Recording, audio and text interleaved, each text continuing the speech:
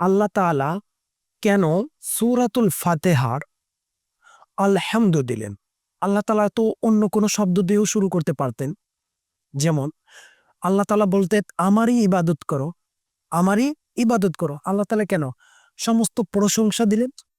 এই শব্দটা তো ব্যবহার করত, নিশ্চয়ই আমারই প্রশংসা করো। এমন হইতে পারত, সবাই আমার প্রশংসা করো, গোটা বিশ্বের মানব জাতি আমার প্রশংসা করো, গোটা মাখলুকাত আমার প্রশংসা করো।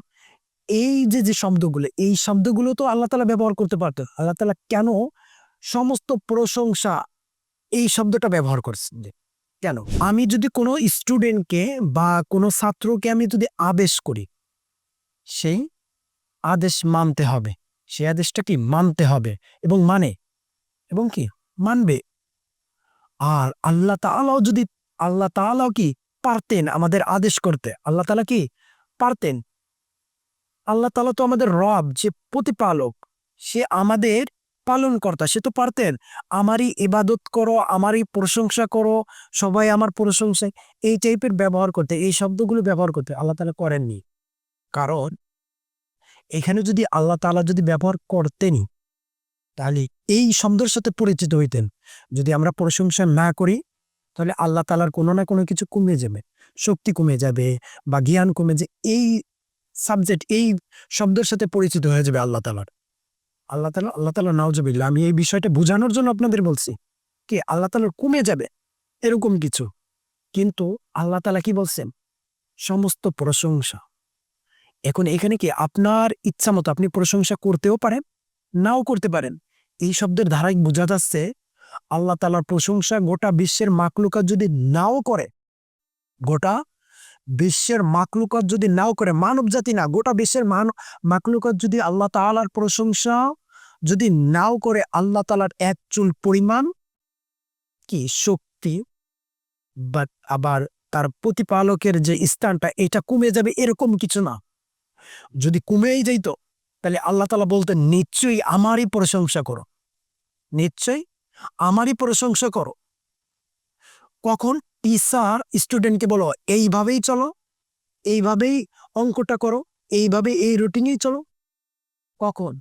যখন স্টুডেন্ট এই রুটিন অনুযায়ী চলবে, পরীক্ষায় ভালো একটা ফলাফল অর্জন করবে, তখন তখন বলা হয়, তখন সেই টিচার তাকে বলে এইভাবেই করতে হবে, এইভাবেই চলতে হবে। ঠিক আছে? আর যদি না করে, সেই স্টুডেন্ট যদি না করে, টিচারকে অসম্মান, টিচারকে মানা থেকে তুচ্ছতা করা হয়। আর আল্লাহ তাআলা এইভাবে কোনো শব্দ ব্যবহার করেনি। যদি করেন, ঠিক আছে? যদি করেন, আমরা যদি আল্লাহ তাআলার প্রশংসা না করি, তাহলে কি আল্লাহ কি তুচ্ছ ছোট হয়ে যাবেন? আল্লাহ কি ছোট হয়ে যাবেন? তুচ্ছ হয়ে যাবেন? এরকম কিছু না।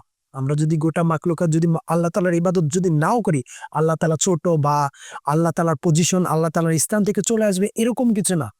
এরকম কিছু না। যদি হইতেন তাহলে এখানে বসতেন। নিশ্চয়ই আমার ইবাদত করো, নিশ্চয়ই আমার প্রশংসা করো। আল্লাহ তাআলা আপনাকে স্বাধীনতা দিচ্ছে। এই স্বাধীনতাটা কেন? কেন? আল্লাহ তাআলা বলতেন, মুসলমান তোমরাই শুধু আমার প্রশংসা করো। মুসলমান জাতি তোমরাই আমার প্রশংসা করো। এখানে মুসলমানও উল্লেখ করি নাই। কারণ উল্লেখটা করি নাই, কারণ এটা সবাইকে সমান অধিকার উপস্থাপনা করছেন।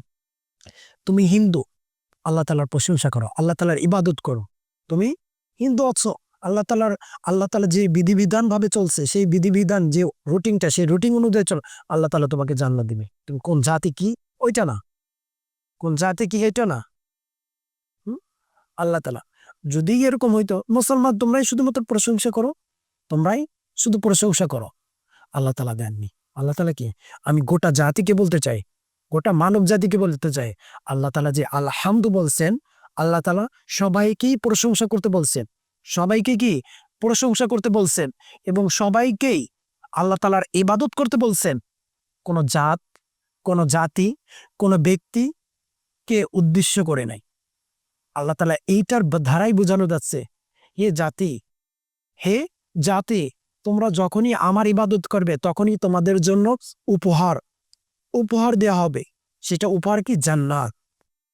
জান্নাত। আল্লাহ তাআলা যেন সঠিকভাবে, আল্লাহ তাআলার সঠিকভাবে আল্লাহ তাআলার ইবাদত করার তৌফিক দান করো। এবং দিনের পথে থাকার তৌফিক দান করো। আমিন।